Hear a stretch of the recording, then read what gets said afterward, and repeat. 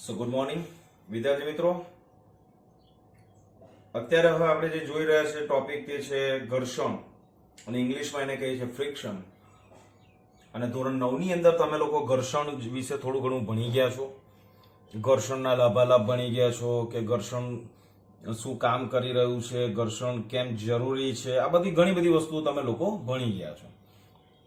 પણ 11મા ધોરણની અંદર આપણે જ્યારે ઘર્ષણ ભણીએ છીએ ત્યારે એને બહુ ડિટેલમાં ભણવાનું છે. અને અત્યાર સુધી જે તમે એક્ઝામ્પલ્સ કન્સિડર કર્યા હશે કદાચ 9th ની અંદર, તેમાં ફ્રિક્શનને આપણે અવગણતા હતા. અહીંયા અવગણવાનું નથી. અહીંયા ફ્રિક્શન હોય તો શું થાય, તો જેટલા પણ JEE નીટને રિગાર્ડિંગ એક્ઝામ્પલ્સ છે એમાં ફ્રિક્શનનો રોલ બહુ જ અગત્યનો છે. સો ફ્રિક્શન શું છે, ક્યાં લાગે છે, કેટલું લાગે છે, કેવી રીતે લાગે છે, કેટલા એરિયામાં લાગે છે, એની હાજરીથી શું થાય, એને અવગણીએ તો શું થાય, આ બધી જ વસ્તુ આપણે અહીંયા ચર્ચા કરવાની છે. અને ઈસકો સમજ ડાલા તો લાઈફ જીંગા લાલા. સમજી ગયા? તો હવે આપણે ઘર્ષણ તમે સમજો કે ઘર્ષણ એ એકચ્યુઅલી શું છે.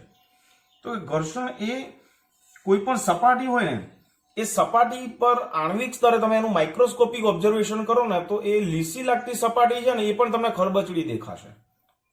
આ કાગળ છે ને આમ હાથ ફેરવું છું તો એકદમ લીસું છે, પણ સપોઝ હું એને બહુ વધારે વિભેદન શક્તિ વાળા સ્પેક્ટ્રોગ્રાફિક મેથડથી સ્પેક્ટ્રોમીટરથી હું સપોઝ આનું ઓબ્ઝર્વેશન કરું તો મને ખબર પડે કે અચ્છા આ સરફેસ આમ ભલે લીસી લાગે છે પણ આ તો ખરબચડી છે, ખાડા ટેકરા દેખાય છે એના ઉપર. અને જ્યારે કોઈ સરફેસ ઉપર કોઈ પદાર્થ પડ્યો હોય, દાખલા તરીકે સરફેસ છે, એના પર કોઈ પદાર્થ પડ્યો છે, તો આ પદાર્થની જે સરફેસ છે ને એ આ સપાટી સાથે કેટલો, આ પદાર્થનો કેટલો એરિયા સરફેસ સાથે સંપર્કમાં છે, તો કે આટલો જ સંપર્કમાં છે. સપાટી મોટી છે પણ આ પદાર્થની આટલી જ સપાટી આની સાથે સંપર્કમાં છે. તો સંપર્ક સપાટીનો રોલ શું છે એ તો ચર્ચા કરીએ છીએ, પણ આ બે વચ્ચે શું થાય, એક પ્રકારનું કોલ્ડ વેલ્ડિંગ થાય. કેવી રીતે? તો કે આ જે સરફેસ છે એ સરફેસ દાખલા તરીકે આવી હોય, જોજો અહીંયા જોજો, એ દાખલા તરીકે આવી હોય, અને આ જે બ્લોક છે ને એ બ્લોકની સરફેસ તમે સ્પેક્ટ્રોગ્રાફિક અવલોકન કરશો તો એ આવી રીતે થશે. એટલે એની જે સરફેસ છે ને એ આની સાથે બંધ બેસી જશે. એટલે એકનો ઉપસેલો ભાગ બીજાના ખાડાની અંદર ગોઠવાઈ જશે અને એક પ્રકારનું વેલ્ડિંગ બનાવી દેશે. That is known as cold welding. અને આણ્વિક સ્તરે આ જે કોલ્ડ વેલ્ડિંગ છે ને, આણ્વિક સ્તરે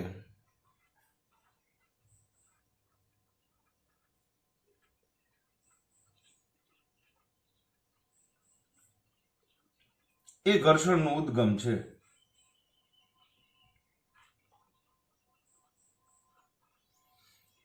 આણ્વિક સ્તરે કોલ્ડ વેલ્ડિંગ જે જનરેટ થાય છે એ ઘર્ષણનું ઉદ્ગમ છે. હવે ઘર્ષણથી શું થાય, તો કે ઘર્ષણના કારણે સંપર્કમાં રહેલી આ જે સપાટીઓ છે એમની વચ્ચે જે સાપેક્ષ ગતિ થાય ત્યારે એ સાપેક્ષ ગતિ મંદ પડે, ધીમી થાય. અને એ ધીમી પડવાનું કારણ છે ફ્રિક્શન, ઘર્ષણ. બરાબર? હવે આ સરફેસ ઉપર ધારી લો, આપણે પહેલા જ વિડીયોની અંદર જોયું છે કે જોજો અહીંયા આગળ કેટલા બધા ફેક્ટર્સ કોરિલેટેડ થાય છે, કે ફ્રિક્શનનો રોલ શું છે, જડત્વને એની સાથે કોઈ સંબંધ છે કે નહીં, બધું હમણાં પતશે વિડીયો ત્યાં સુધીમાં ઘણી બધી તમારા ડાઉટ્સ ક્લિયર થશે. જોજો સપોઝ આ m દરનો બ્લોક છે તો સ્વાભાવિક છે કે એના પર નીચે તરફ વજન એ W બરાબર mg નીચે તરફ જનરેટ થાય કે નહીં? ફાઇન. તો આ પદાર્થ આ સરફેસ પર એના પોતાના દળ m ના કારણે, m એટલે જડત્વનું કારણ પણ છે, એ જડત્વના કારણે આ m દળના પદાર્થ પર નીચે તરફ વજન બળ mg લાગે. તો આ બ્લોકની સ્વાભાવિક ગતિ કઈ તરફ થવી જોઈએ? આ સરફેસને નીચે, આમ નીચે આવી જોઈએ. આ સરફેસને તોડીને આ બ્લોક mg જેટલા બળથી નીચે આવવું જોઈએ, પણ આવે છે? નથી આવતું. તો એની પાછળનું કારણ શું છે, તો કે એની ઓપોઝિટ ડિરેક્શનમાં એક બીજું લંબ બળ જનરેટ થાય છે અને ધેટ ઇઝ કેપિટલ N. બરાબર? અને આ n ને આ mg શું કરે છે? સમતોલે છે. Means n is equal two શું થાય છે? mg સમતોલાય છે અને પરિણામે એની સ્વાભાવિક ગતિ થતી નથી. ચલો અહીં સુધી ક્લિયર છે? ઓકે. હવે સાંભળજો ધ્યાનથી. આ બ્લોકને ઉંચકીને હું અહીંયા લઈ આવું છું.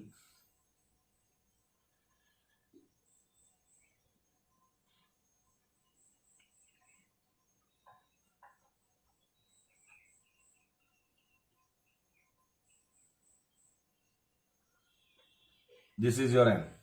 બોલો કઈ તકલીફ અહીંયા સુધી નથી. હવે સાંભળજો ધ્યાનથી. હવે એન અને એમજી તો એકબીજાને સમતોલે છે. હવે હું આ ડિરેક્શનમાં એક ફોર્સ લગાવું છું, ધેટ ઇઝ કેપિટલ એફ, અને એફ એ જે છે આપણું બાહ્ય બળ છે. એફ જે છે આપણું બાહ્ય બળ છે.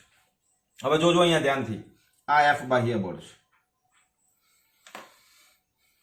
મેં તમને શું કહ્યું કે જો આ પદાર્થ પર એમજી જેટલું વજન બળ લાગે તો નીચે તરફ જવું જોઈએ, પણ નીચે તરફ ન જાય તો સમજી લેવાનું કે એને સમતોલતું એક બળ એટલા જ મૂલ્યનું એની ઓપોઝિટ ડિરેક્શનમાં ક્રિએટ થતું હોવું જોઈએ, અને that is the normal force to the surface, that is an.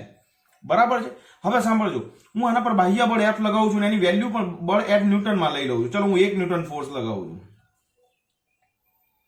હું 1 ન્યૂટન ફોર્સ લગાવું છું. હવે 1 ન્યૂટન ફોર્સ લગાવું અને આ જો પદાર્થ ખસતો ન હોય તો એનું અર્થઘટન આપણે શું કરીશું? જો હું આના ઉપર 1 ન્યૂટન બળ લગાવું છું, આ ધીસ ઇઝ એક્સટર્નલ ફોર્સ, બાહ્ય બળ એફ. જો હું આના પર બાહ્ય બળ એફ લગાવું તો આ પદાર્થ ખસતો ન હોય, એનો મતલબ આપણે શું કરીશું? તો કે એનો મતલબ એ કરીશું કે જેટલું બળ આ ડિરેક્શનમાં લાગે છે એટલું જ ઓપોઝિટ ડિરેક્શનમાં બીજું એક ફોર્સ જનરેટ થતું હોવું જોઈએ, કે જે આ લગાડેલા બાહ્ય બળનો શું કરે? વિરોધ કરે અને એનું ઇફેક્ટને નલિફાઈ કરે.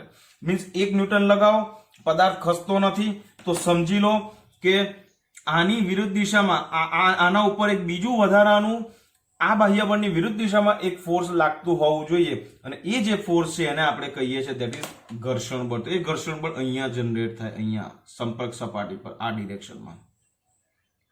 એટલે અહીંયા હું લઉં છું ઘર્ષણ બળ Fs. Why Fs? See, Fs is a static friction. Fs is a static friction. બરાબર, ગુજરાતીમાં એને કહીશું સ્થિત ઘર્ષણ બળ. જોજો મજા આવશે. મીન્સ જ્યારે બાહ્ય બળ 1 ન્યૂટન લગાડીએ છીએ ત્યારે ઘર્ષણ બળ કેટલું સ્થિત ઘર્ષણ બળ કેટલું ક્રિએટ થયું? That is 1 newton. તમે સમજ્યા? આ Fs શું કામ કરે છે? આ સ્થિત ઘર્ષણ બળ શું કામ કરે છે? લગાડેલા બાહ્ય બળનો વિરોધ કરે અને પોતાના ઉપરનું પરિણામી બળ શૂન્ય બનાવે. કારણ કે હંમેશા કોઈ પણ પદાર્થનો એક એટીટ્યુડ એપ્રોચ હોય, એ પદાર્થ તમે ખુદ પણ હોઈ શકો કે જે હંમેશા સંતુલનમાં રહેવાનો પ્રયત્ન કરે. તમે આ બાહ્ય બળ લગાવો છો એનો મતલબ એ કે આ પદાર્થને તમે એની અવસ્થામાંથી ફેરફાર કરવાનો પ્રયત્ન કરો છો, ખસેડવાનો પ્રયત્ન કરો છો. તો આનો એપ્રોચ શું હોય? તો કે આ એવું વિચારે કે હું મારા પર લગાડેલા બાહ્ય બળની અસર ન થવા દઉં. તો ન થવા દેવા માટે એ પોતાને એ જે સપાટી સાથે સંપર્કમાં છે એમની વચ્ચે એક સ્થિત ઘર્ષણ બળ પેદા કરે છે. એ કેટલું પેદા કરશે? તો કે આ 1 ન્યૂટન લગાવે છે ને તો આ 1 ન્યૂટન જનરેટ કરશે. ક્લિયર? ચલો, બાહ્ય બળ નહોતું ત્યારે Fs કેટલું હતું? સમજ્યા તમે? કે જ્યારે F is equal to 0 હતું, બાહ્ય બળ F external, see this is external, if F external 0 હતું તો ઘર્ષણ બળ પણ કેટલું હતું? 0 હતું. તો ઘર્ષણ બળ પેદા ક્યારે થયું? ઘર્ષણ બળનો જન્મ ક્યારે થયો? જ્યારે બાહ્ય બળ લાગ્યું. તો મીન્સ બાહ્ય બળ ન લાગતું હોય ને ત્યારે ઘર્ષણ બળનું અસ્તિત્વ જ નથી હોતું. સમજે? આનો મતલબ એ થયો બચ્ચાઓ. ચલો નેક્સ્ટ, 1 ન્યૂટન લગાવ્યું તો આને 1 ન્યૂટન ફોર્સ લગાવ્યું, Fs 1 ન્યૂટન જનરેટ કર્યું. ચલો 2 ન્યૂટન લગાવ્યું તો પણ પદાર્થ ખસતો નથી, તો સમજી લેવાનું કે આને પણ શું કર્યું? 2 ન્યૂટન લગાવ્યું. સમજ્યા? ચલો આને 5 ન્યૂટન લગાવ્યું તો આને પણ પદાર્થ ખસતો નથી, તો આને પણ 5 ન્યૂટન લગાવ્યું. આને 10 ન્યૂટન લગાવ્યું, બાહ્ય બળ વધાર્યું, તો આને પણ 10 ન્યૂટન લગાવ્યું, કારણ કે પદાર્થ ખસતો નથી. તમે જુઓ, સ્થિત ઘર્ષણ બળ એક તો અસ્તિત્વમાં ક્યારે આવ્યું? બાહ્ય બળ લાગે તો અસ્તિત્વમાં. એટલે સ્થિત ઘર્ષણ બળને પેદા કોણ કરે છે? તો ધેટ ઇઝ બાહ્ય બળ F. અને બાહ્ય બળ તમારું વધતું જાય તો તમારું સ્થિત ઘર્ષણ બળ પણ વધતું જાય. એનો મતલબ એ કે સ્થિત ઘર્ષણ બળ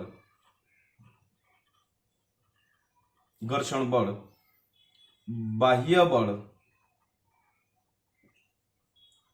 ના મૂલ્ય ની સાથે સાથે બદલાતું જાય છે.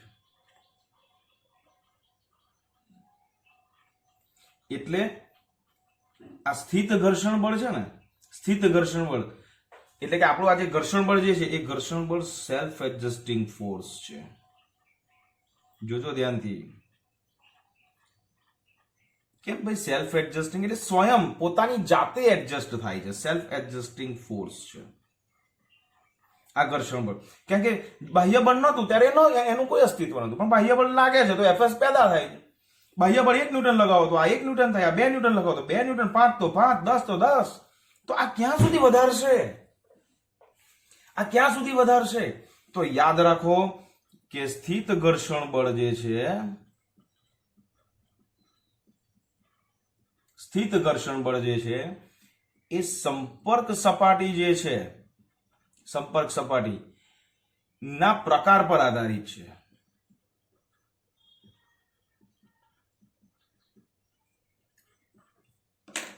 નહીં કે સંપર્ક સપાટીના ક્ષેત્રફળ પર. ક્ષેત્રફળ પર આધારિત નથી, સંપર્ક સપાટીના પ્રકાર પર. સી આ બ્લોક લાકડાનો હોય અને આ સરફેસ લાકડાની જ હોય તો સમજી લો કે વધારે સ્થિત ઘર્ષણ બળ પેદા થશે. આ જે છે ગ્લાસ લઈ લો તો ઘર્ષણ બળ ઓછું થઈ જશે. કેમ? ગ્લાસ સ્મૂથ સરફેસ છે તો એ ફ્રિક્શન ઓછું જનરેટ કરશે. આ બેની વચ્ચે ઓઇલ એડ કરી દો, તેલ એડ કરી દો તો ખાલી ફૂંક પંખો ચાલુ કરશો તોય ખસવા માંડશે. સમજ્યા તમે? તો સ્થિત ઘર્ષણ બળ એ સંપર્ક સપાટીના પ્રકાર પર આધારિત છે. બોલો, કઈ ડાઉટ અહીં સુધી? ઓકે, હવે જે આવી રહ્યું છે તે જોજો અહીંયા ધ્યાનથી. જેમ જેમ બાહ્ય બળ વધતું જાય છે તેમ તેમ સ્થિત ઘર્ષણ બળ અમુક હદ સુધી જ વધશે. ક્લિયર? સપોઝ ઉદાહરણ આપું છું, જોજો ધ્યાનથી. સપોઝ હું આ 20 ન્યૂટન લગાવું છું તો આ પણ 20 ન્યૂટન છે. મીન્સ 20 ન્યૂટન ફ્રિક્શન લગાવું છું બાહ્ય બળ, ત્યાં સુધી આ પદાર્થ ખસતો નથી. પણ આની એક લિમિટ છે, આની એક લિમિટ છે. હવે તમે જો સ્થિત ઘર્ષણ બળ વધતું હોય, હવે સાંભળજો, હવે આવી રહ્યો છે ચેન્જ. સપોઝ હું આ જે છે એ 25 ન્યૂટન કરું અથવા તો 21 ન્યૂટન કરું તો પદાર્થ ખસવાની શરૂઆત કરે.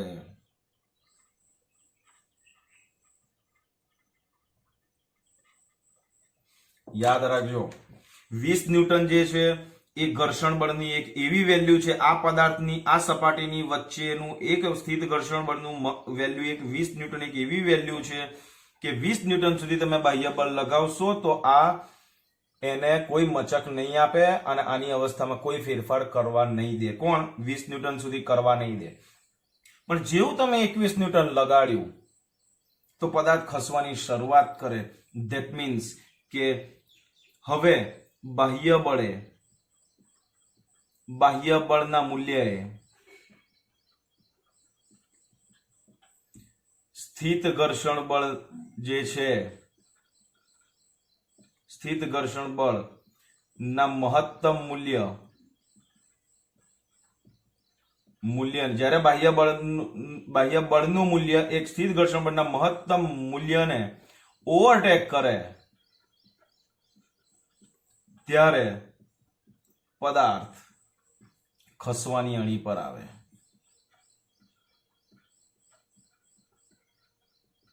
અને એ જે બળ છે એને આપણે કહીએ છીએ મહત્તમ સ્થિત ઘર્ષણ બળ. એનું બીજું નામ છે સીમાંત. સીમાનો અંત. સ્થિત ઘર્ષણ બળની જે લિમિટ છે એનો અંત આવી ગયો એટલે સીમાંત ઘર્ષણ બળ પણ આપણે એને કહીએ છીએ. અને એની જે સંજ્ઞા છે એ આપણે વાપરવાના છે. That is F S. તો ખરું જ, કારણ કે સ્ટેટિક ફ્રિક્શન તો છે પણ એ લિમિટ છે, એ લિમિટ છે એટલે આપણે એને અહીંયા વાપરીશું. That is FS max. Means એ વસ્તુ ક્લિયર થઈ ગયું બચ્ચાઓ તમને લોકોને કે આ પદાર્થ પર તમે બાહ્ય બળ લગાવો તો એફએસ મેક્સ ની વેલ્યુ જ્યાં સુધી આ બ્લોક એચીવ નહીં કરે ત્યાં સુધી એ ખસવા નહીં દે, ત્યાં સુધી એ પોતાના પર બાહ્ય બળની અસર થવા નહીં દે. ક્લિયર?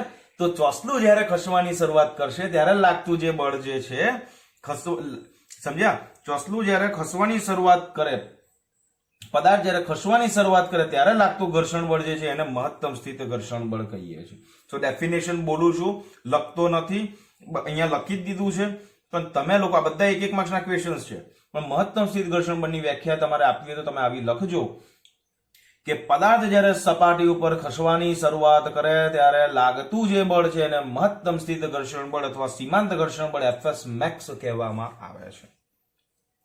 ક્લિયર?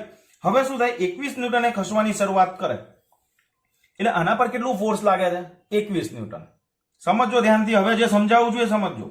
હવે આના ઉપર કેટલું ફોર્સ લાગે છે? 21 ન્યૂટન. એમાંથી આ કેટલી કેપેસિટી છે? આની મહત્તમ સ્થિત ઘર્ષણ બળની કેપેસિટી કેટલી છે? 20 ન્યૂટન. એટલે 20 ન્યૂટન જે છે એ 21 માંથી 20 ન્યૂટન તો નલિફાય કરી નાખશે આ એફએસ. તો પરિણામી બળ કેટલું થશે? That is 1 newton. એટલે આ થઈ ગયું તમારું પરિણામી બળ પદાર્થ પર. અને આ પદાર્થ 1 ન્યૂટનની અસર હેઠળ બળની દિશામાં સોરી બાહ્ય બળ શબ્દ કૌંસમાં લખું છું, તમે આગળ લખી દેજો. બાહ્ય બળની દિશામાં ગતિ કરે તો એફ નેટ કેટલું થયું? that is equal to 1 newton અને which is equal to mass of the body that is m અને એનો પ્રવેગ કેટલો? a. હવે તમે સમજો કે આનું દળ 1 કિલોગ્રામ હોય, આ બ્લોકનું દળ 1 કિલોગ્રામ હોય, તો જો m is equal to 1 kg હોય તો પ્રવેગ કેટલો થઈ જશે? 1 મીટર પર સેકન્ડ સ્ક્વેરના પ્રવેગથી આ બ્લોક ગતિ કરશે. ક્લિયર? હવે તમને એવું નહીં થતું પહેલો વિડીયો જોયા પછી સાહેબ આ ના ખસે એની પાછળનું કારણ તો તમે પહેલા વિડીયોમાં જડત્વ કહ્યું હતું, તો હવે અહીં ઘર્ષણ કેમ કહો છો? આ વસ્તુ આપણે we have discuss on previous lectures. Okay, આપણે આને ડિસ્કસ કરેલી છે on we have discuss in first lecture Newton's first law that we have already discussed that કે જ્યારે આના પર ફોર્સ લાગે ન ખસે તો આપણે એને શું નામ આપ્યું છે? એ પદાર્થની અંદર રહેલો ગુણધર્મ જડત્વ છે એના લીધે નહીં ખસતું. તો સાહેબ જડત્વને લીધે નહીં ખસતું કે ઘર્ષણ બળને કારણે નહીં ખસતું? બેમાંથી એક જલ્દી નક્કી કરીને કહો, અમે કન્ફ્યુઝ થઈ ગયા છે. સો don't worry, don't confuse, I will give the solutions. Check કરો, ધ્યાનથી સાંભળજો. હવે જે આવી રહ્યું છે એ બહુ મેઇન પોઈન્ટ આવી રહ્યા છે. And if you get this point then your life will be going to be zingalala. ચલો, તો મહત્તમ સ્થિત ઘર્ષણ બળ સીમાંત ઘર્ષણ બળ અહીં સુધી ક્લિયર. આ વસ્તુ અહીંયા સુધી તમારી ક્લિયર. ઓકે, હવે આપણે જે ચર્ચા કરવાના છે કે આ જડત્વ છે કે ઘર્ષણ બળ જવાબદાર છે નહીં ખસવા માટે, તો બંને વસ્તુ બહુ જ સરસ રીતે સમજાવું છું, ધ્યાનથી તમે જોજો.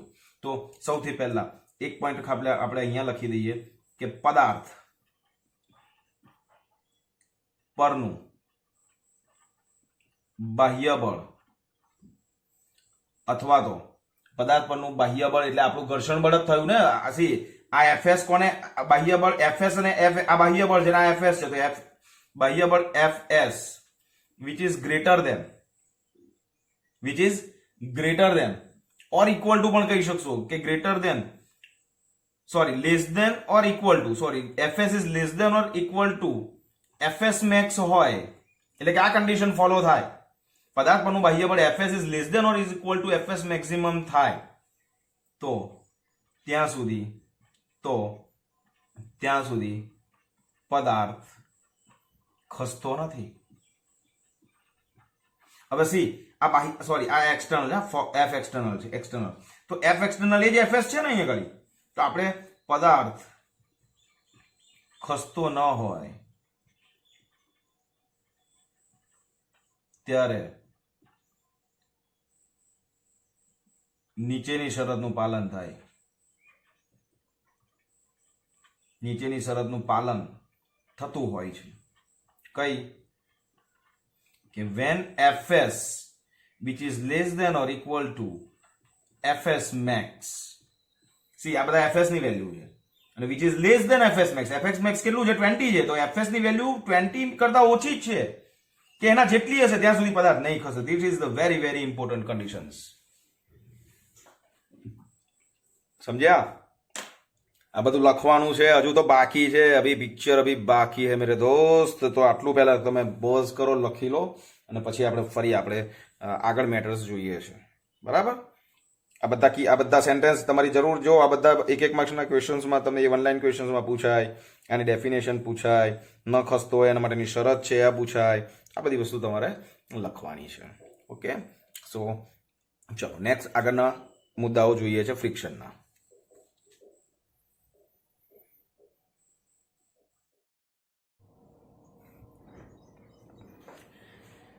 ચાલો, તો હવે આપણે જે જોયું કે સૌથી પહેલા જે કી સેન્ટેન્સ આપણે જે ડિસ્કસ કર્યા કે ઘર્ષણ એ આપણું સેલ્ફ એડજસ્ટિંગ ફોર્સ છે, મહત્તમ સ્થિત ઘર્ષણ બળ સંપર્ક સપાટીના ક્ષેત્રફળ પર આધારિત નથી, માત્ર સપાટીના પ્રકાર પર આધારિત છે. આ બધી ચર્ચા આપણે કરી લીધી. હવે થોડુંક મેથેમેટિકલી આપણે જોઈએ કે જે સ્થિત ઘર્ષણ બળ છે ને, સ્થિત ઘર્ષણ બળ સ્થિત ઘર્ષણ બળ, ઓકે, જેને આપણે કહીએ છીએ સ્ટેટિક ફ્રિક્શન. હવે બધા બે ટાઈપ ઓફ ફ્રિક્શન્સ આપણે જોવા જઈ રહ્યા છે એટલે થોડુંક બેઝિક મેથ્સ છે એ જોઈ લઈએ.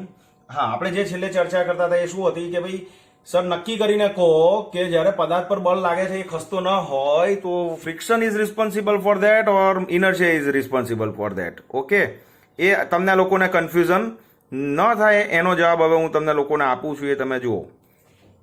ઓકે, તો જો ધ્યાનથી, આ આપણી સરફેસ હતી, આ બ્લોક હતો, નીચે તરફ mg હતું, ઉપર તરફ નોર્મલ ફોર્સ n હતું, અહીંયા બાહ્ય બળ F એક્સટર્નલ હતું અને આ ડિરેક્શનમાં ઓપોઝિટ એક સ્ટેટિક ફ્રિક્શન હતું. ચાલો હવે યાદ રાખજો ફ્રિક્શનના લોઝ છે જે કે ભાઈ મહત્તમ સ્થિત ઘર્ષણ બળ છે Fs max which is directly proportional to the normal force. Fs max જે છે ને એ આ લંબ બળના સમપ્રમાણમાં હોય, બરાબર. અને સપ્રમાણતા સંજ્ઞા જાય તો શું લાગે? તો કે સપ્રમાણતા સંજ્ઞા જાય તો અચળાંક લાગે અને અચળાંકને નામ આપ્યું છે that is mu s. Why mu s? S stands for static અને mu s એ એક ઘર્ષણનું માપ આપતો એક ન્યુમેરિકલ એક અચળાંક એક અંક છે, સમજ્યા? mu s એ એક અચળાંક છે કે જે ઘર્ષણ જે જનરેટ થાય છે ને એનું એક માપ આપે છે અને ઇન્ટુ કેપિટલ N. બરાબર, તો આ એક વસ્તુ તમારું એ થયું. તો mu s જે છે એ બીજું કઈ નહીં, સ્થિત ઘર્ષણાંક છે. સ્થિત ઘર્ષણાંક છે અને આ સ્થિત mu s જે છે એનું મૂલ્ય સપાટીના પ્રકાર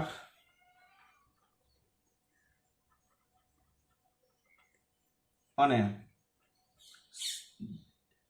સંપર્ક સપાટી જે આવે ને, બતાવું છું, સંપર્ક સપાટીના દ્રવ્યની જાત ઉપર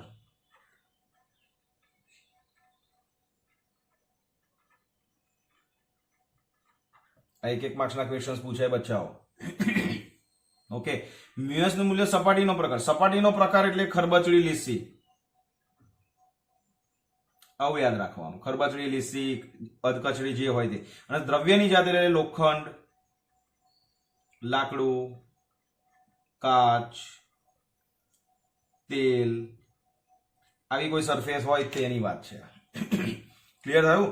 તો મહત્તમ સ્થિત ઘર્ષણ બળ જે છે એ લંબ બળ જે છે એ લંબ બળના સમપ્રમાણમાં હોય. તો આના પરથી આવું લખી શકીએ આપણે કે Fs max divided by n અને which is equal to mu s. હવે જુઓ ધ્યાનથી, આકૃતિ પરથી આપણે આની અંદર એક રિલેશન્સ n અને mg એકબીજાને સમતોલે છે, કારણ કે આ બ્લોકની આ ડિરેક્શનમાં ગતિ થતી જ નથી. આ ડિરેક્શનમાં ગતિ ન થાય એનો મતલબ શું કરવાનો આપણે? તો કે n અને mg ને સમતોલે છે, તો n is equal to mg. અહીંયા ધ્યાન આપજો હવે.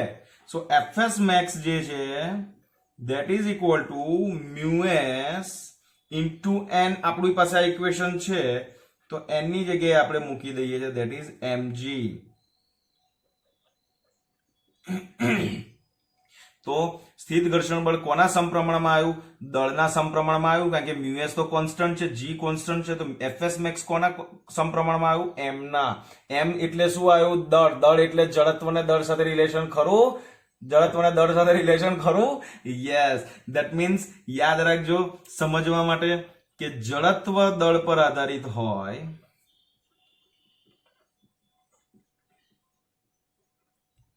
અને આ ઇક્વેશન ઉપરથી ઘર્ષણ બળ પણ દળ પર આધારિત હોય તો જડત્વ ઘર્ષણ બળ વચ્ચે સંબંધ હોઈ શકે ને. કારણ કે જડત્વ દળ પર ડિપેન્ડન્ટ, ઘર્ષણ બળ પણ દળ પર ડિપેન્ડન્ટ, તો જડત્વ અને ઘર્ષણ બળ વચ્ચે પણ રિલેશન હોય. મીન્સ કે જે તમે આને જ્યારે આ પદાર્થ પર બળ લગાડો છો અને ખસતો નથી ને, તો પહેલા વિડીયોની અંદર આપણે એને જડત્વ કહ્યું ને, આ વિડીયોની અંદર એક ઘર્ષણ બળ છે. કારણ કે ઘર્ષણ બળને દળ સાથે રિલેશન આવી જ ગયો, જોઈ લો તમારી સામે જ છે. બરાબર, ક્લિયર થાય છે ને? તો આટલી વસ્તુ તમારે બચ્ચાઓ યાદ રાખવાની છે. ઓકે, સ્થિત ઘર્ષણાંક જે છે, સ્થિત ઘર્ષણાંક એનો એકમ કયો થાય?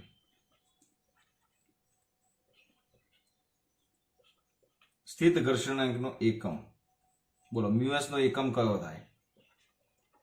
તો મ્યુએસ નો એકમ એટલે એફએસએક્સ બાય એન. એફએસએક્સ નો એકમ કયો? બળ છે એટલે ન્યૂટન, આ પણ બળ છે એટલે ન્યૂટન, તો એકમ રહિત થશે, એકમ નથી. અને પારિમાણિક સૂત્ર તમને પૂછે તો પારિમાણિક સૂત્ર તમે લખશો ધેટ ઇઝ પરિમાણ રહિત, અથવા તો તમે આવું પણ લખી શકશો that is MLT, M0 L0 T0, અને this is your mu S. Clear? અહીંયા સુધી કોઈને કંઈ પણ પ્રકારનો ડાઉટ નથી? 100%? ફાઇન. તો આ છે તમારું સ્ટેટિક ફ્રિક્શન થયું, સ્ટેટિક ફ્રિક્શન. અને સ્ટેટિક ફ્રિક્શન માટેના જે નિયમો આવ્યા, એમાં નિયમોમાં આપણે શું યાદ રાખવાનું છે કે મહત્તમ સ્થિત ઘર્ષણ બળ જે છે એ સંપર્ક સપાટીના ક્ષેત્રફળ પર આધારિત નથી. સ્થિત ઘર્ષણ બળ લંબ બળના સમપ્રમાણમાં હોય.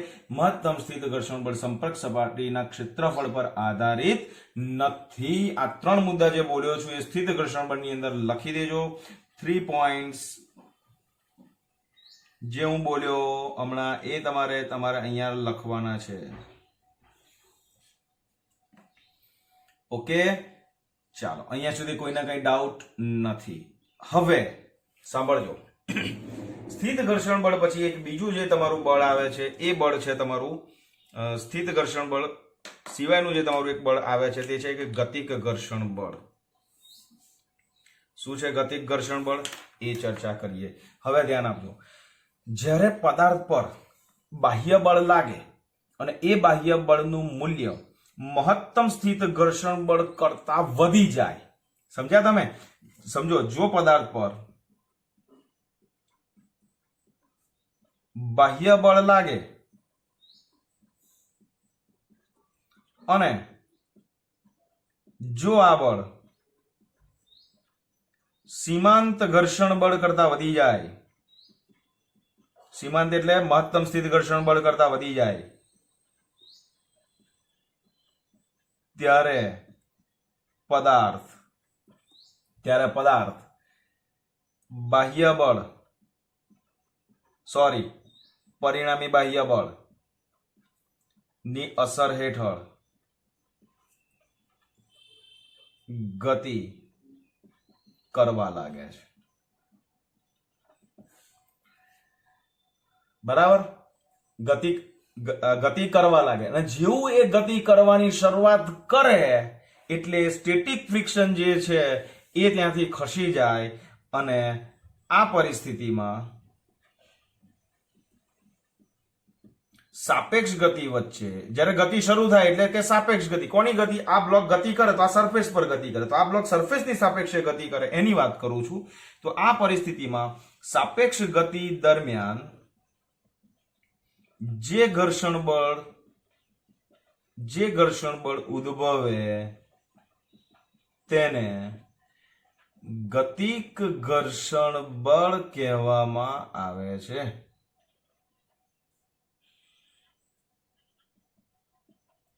અને એને ઇંગ્લિશમાં આપણે કહીશું ધેટ ઇઝ કાઇનેટિક ફ્રિક્શન.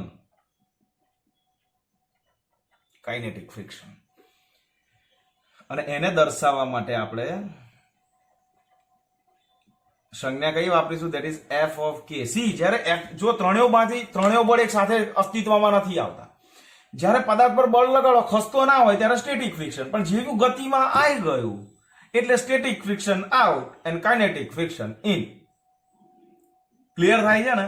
તો આ જે છે એ ઘર્ષણ એટલે સંપર્કમાં રહેલી સપાટીઓની સાપેક્ષ ગતિનો વિરોધ કરતા ઘર્ષણ બળને ગતિક ઘર્ષણ બળ કહેવાય. ટૂંકમાં તમને એની વ્યાખ્યા આપવી હોય તો આપણે ગતિક ઘર્ષણ બળને એવું લખી શકીએ છીએ કે સંપર્કમાં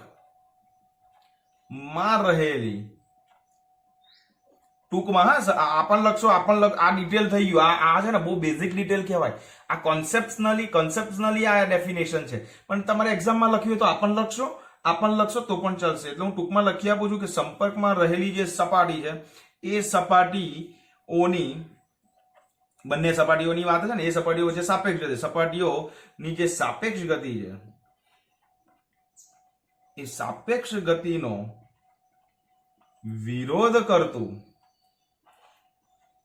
ઘર્ષણ બળ એટલે ગતિક ઘર્ષણ બળ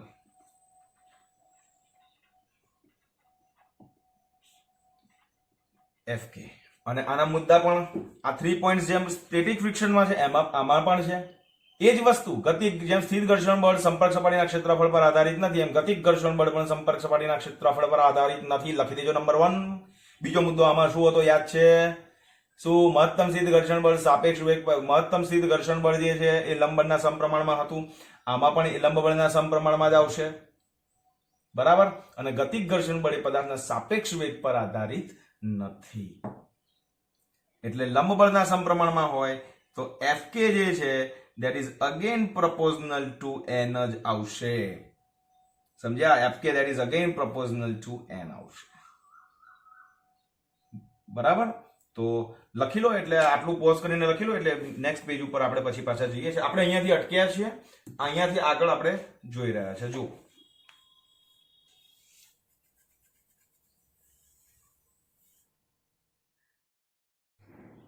તો જુઓ ગતિક ઘર્ષણ બળ જે છે એના માટે આપણને ઇક્વેશન કયું મળ્યું that is FK proportional to n સપ્રમાણતા સંજ્ઞા જાય તો અહીં પણ અચળાંક લાગે તો અચળાંક લાગશે તો એને આપણે નામ આપ્યું છે ગતિક ઘર્ષણાંક સી ઘર્ષણાંક ઘર્ષણ વત્તા આંક એક ન્યુમેરિકલ વેલ્યુ હોય સમજ્યા એક ઇન્ટીજર છે એક એવો અચળાંક છે કે જે મ્યુકેને રિપ્રેઝન્ટ કરે છે અને ધેટ ઇઝ ઇન્ટુ n અને તમને એ પણ આવી ગયું કે FK જે છે that is equal to mu k અને into n ની જગ્યાએ mg એટલે અગેન ઘર્ષણ બળ કોના પર ડિપેન્ડન્ટ આવે છે તમે ધ્યાનથી જુઓ અને that is m ક્લિયર તો અહીંયા ગતિક ઘર્ષણ mu k જે છે એ આપણો ગતિક ઘર્ષણાંક છે અને ગતિક ઘર્ષણાંક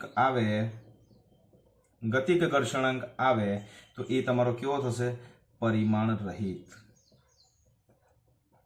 પ્રશ્ન પૂછાશે ગતિક ઘર્ષણાંકનું પરિમાણિક સૂત્ર બતાવો બરાબર ઓકે ગતિક ઘર્ષણાંકની વ્યાખ્યા આપી હોય તો શું આપી શકશો ખબર છે કે ગતિક ઘર્ષણ બળ અને લંબ બળનો ગુણોત્તર એટલે ગતિક ઘર્ષણાંક અને આ ગતિક ઘર્ષણાંક શેના પર આધારિત છે તો એનો આધાર મ્યુકેનો આધાર સંપર્કમાં રહેલી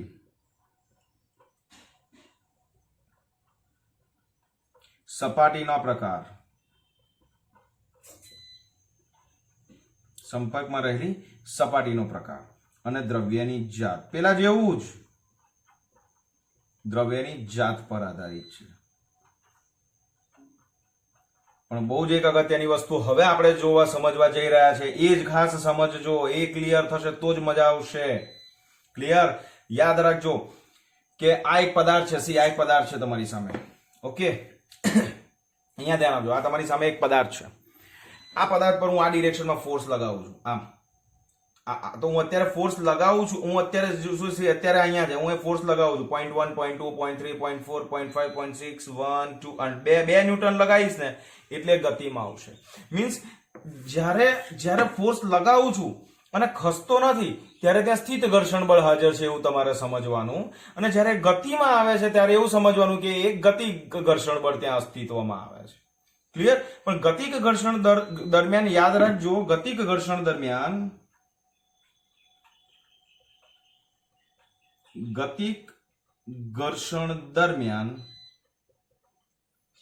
પદાર્થ એ સપાટી પર સરકે છે સરકવું અને ગબડવામાં શું ફરક છે ને એની ચર્ચા હું તમને લોકોને હમણાં કરીને બતાવું છું એ પણ તમે જોજો બરાબર તો એ કેવી રીતે થશે કે આ જે છે ને એ આના પર સરકે છે એવું કહેવાય આ સરકે છે એવું કહેવાય બરાબર હવે તમે જુઓ મને એટલું કહો તમે કે સપોઝ આ તમારી આ 4 વ્હીલર છે સમજો આ 4 વ્હીલર છે ઓકે અને આ 4 વ્હીલર હોય અને સપોઝ એવું સમજો કે આ ગાડી બંધ પડી છે અને તમને કોઈ ધક્કો મારવાનું કહે છે, તો તમે આને જ્યારે ધક્કો મારશો ને ત્યારે અત્યારે સ્થિર હોય ને ત્યારે ધક્કો મારો ને ત્યારે તમારે વધારે બળ લગાડવું પડે. સમજ્યા? હવે સમજો આની અંદર જે ડ્રાઈવર છે ને એને બ્રેક ઉપર પગ મૂકી રાખ્યો છે. સમજો તો આ ગાડી છે, એની અંદર એની સમજો ને કે એની એક્સેલ જે છે તૂટી ગઈ છે, વોટ એવર, કે ક્લચ પ્લેટ ચોંટી ગઈ છે, એટલે ટાયર ફરતા નથી. સમજ્યા તમે? હું જે કન્ડિશનની વાત કરું છું ને એ સમજો તમે. આ ગાડી છે, એની અંદર ડ્રાઈવર છે, એને કાં તો બ્રેક પર પગ મૂકી રાખ્યો છે, અથવા તો સમજો કે એની ક્લચ પ્લેટ ચોંટી ગઈ છે, બ્રેકની પ્લેટ્સ ચોંટી ગઈ છે, એટલે આના ઉપર તમે આમ ધક્કો મારશો ને ત્યારે તમારે બહુ જ બળ લગાડવું પડે. પણ એક વખત એ ગતિમાં આવશે ને, એકવાર ગતિમાં આવશે ને ત્યારે તમારે બળ ઓછું લગાવવું પડશે. એટલે યાદ રાખજો કે મહત્તમ સ્થિત ઘર્ષણ બળ સુધી તો તમે ફોર્સ લગાવો છો ત્યાં સુધી એ ખસતો નથી, પણ જેવો એ બાહ્ય બળની દિશામાં ગતિ કરવાની શરૂઆત કરે ને ત્યારે ઘર્ષણ બળ એ મહત્તમ સ્થિત ઘર્ષણ બળથી ઘટી જાય. સમજ્યા? એટલે એ બહુ જ અગત્યનું સેન્ટેન્સ છે. હું તમને અહીંયા લખું છું, એ તમે જોજો કે જ્યારે પદાર્થ પર લાગતા બાહ્ય બળની અસર હેઠળ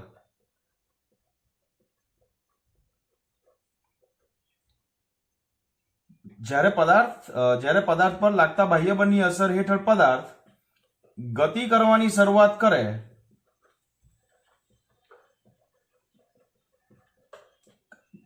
કરે ત્યારે ઘર્ષણ બળ, આ કયું હોય? એફએસ જ હોય. યાદ રાખજો, આ ઘર્ષણ બળ એ મહત્તમ સ્થિત એફકે હોય. ઘર્ષણ બળ એફકે ગતિમાં આવી ગયું એટલે એફકે. આ ઘર્ષણ બળ મહત્તમ સ્થિત ઘર્ષણ બળ કરતા મહત્તમ સ્થિત ઘર્ષણ બળ થી ઘટવા લાગે.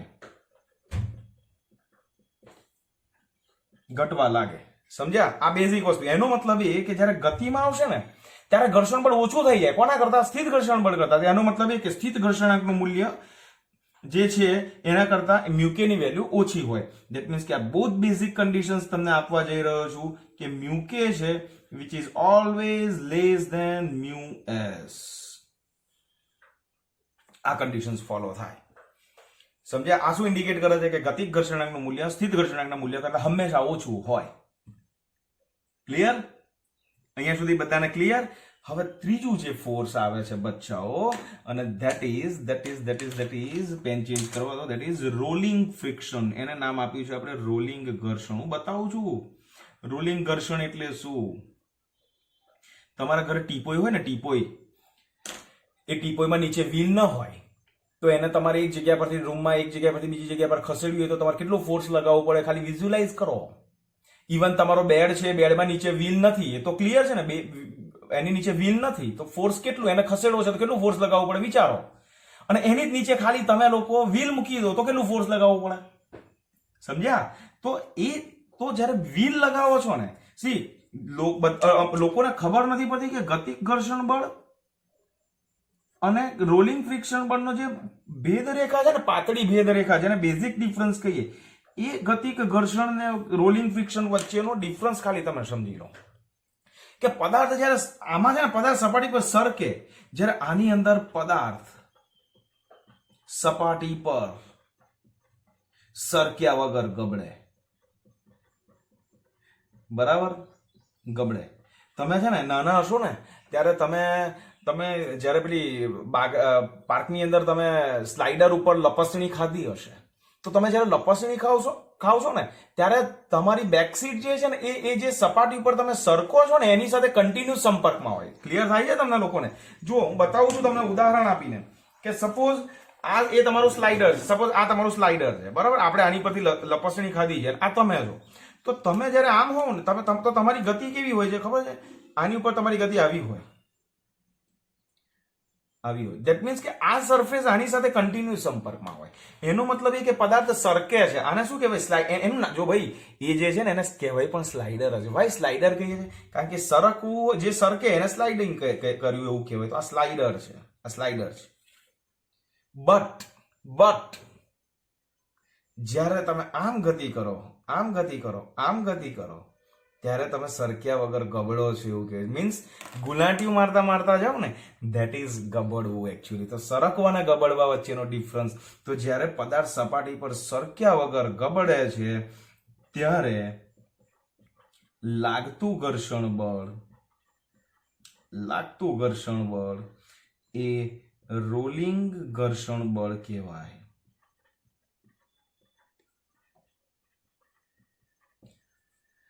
અને યાદ રાખજો, રોલિંગ ઘર્ષણ બળનું મૂલ્ય પણ સંપર્ક સપાટીના ક્ષેત્રફળ પર આધારિત નથી અને રોલિંગ ફ્રિક્શન જે છે that is also directly proportional to the normal force means F R that is already proportional to that is capital N.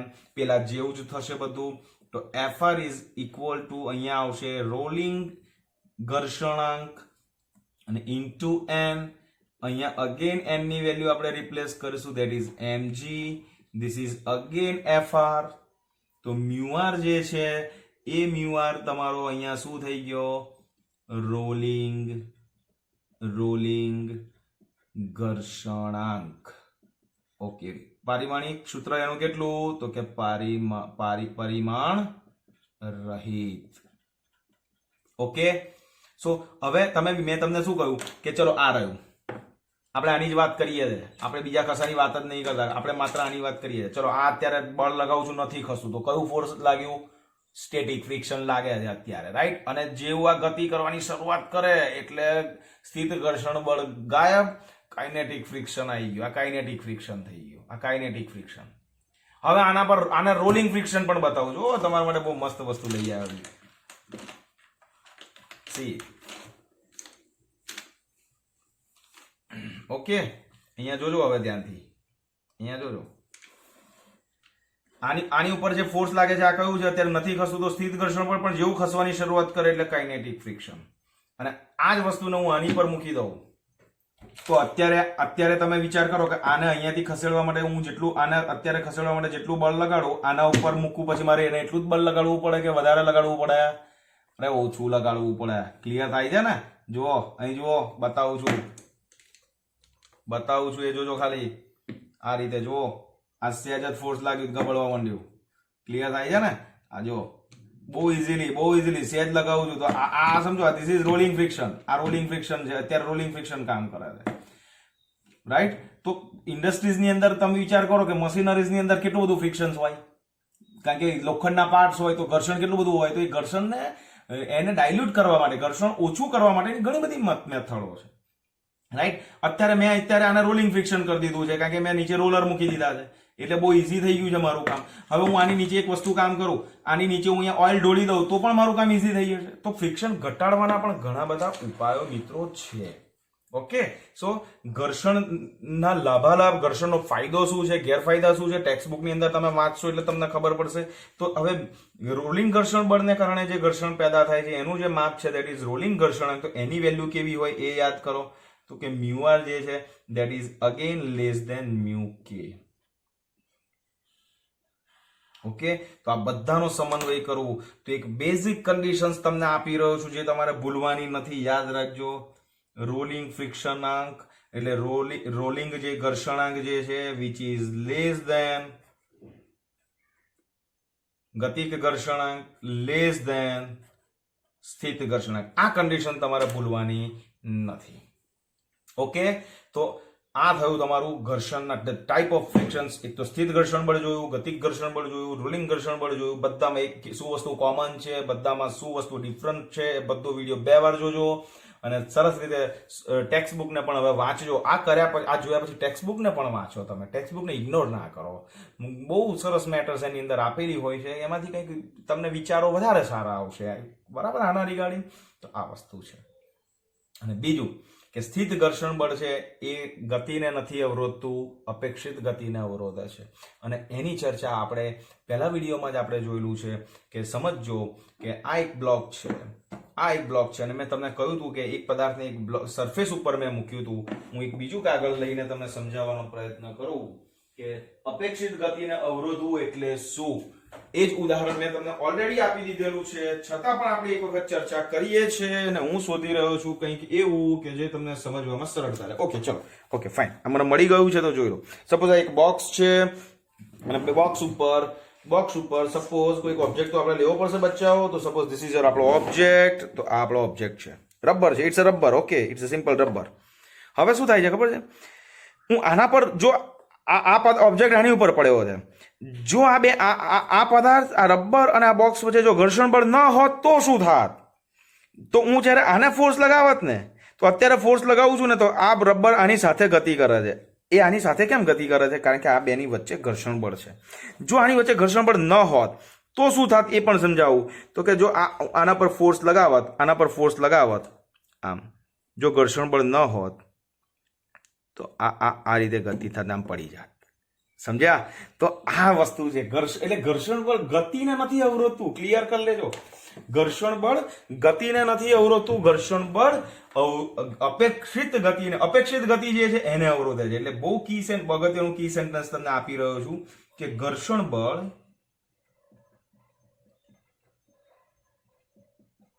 ગતિને નથી અવરોધતું, પરંતુ અપેક્ષિત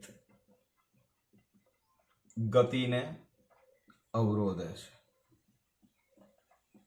બરાબર? અને બીજી બહુ જ અગત્યની લાક્ષણિકતા જે આપણે ભણ્યા કે ઘર્ષણ બળ છે ધેટ ઇઝ સેલ્ફ એડજસ્ટિંગ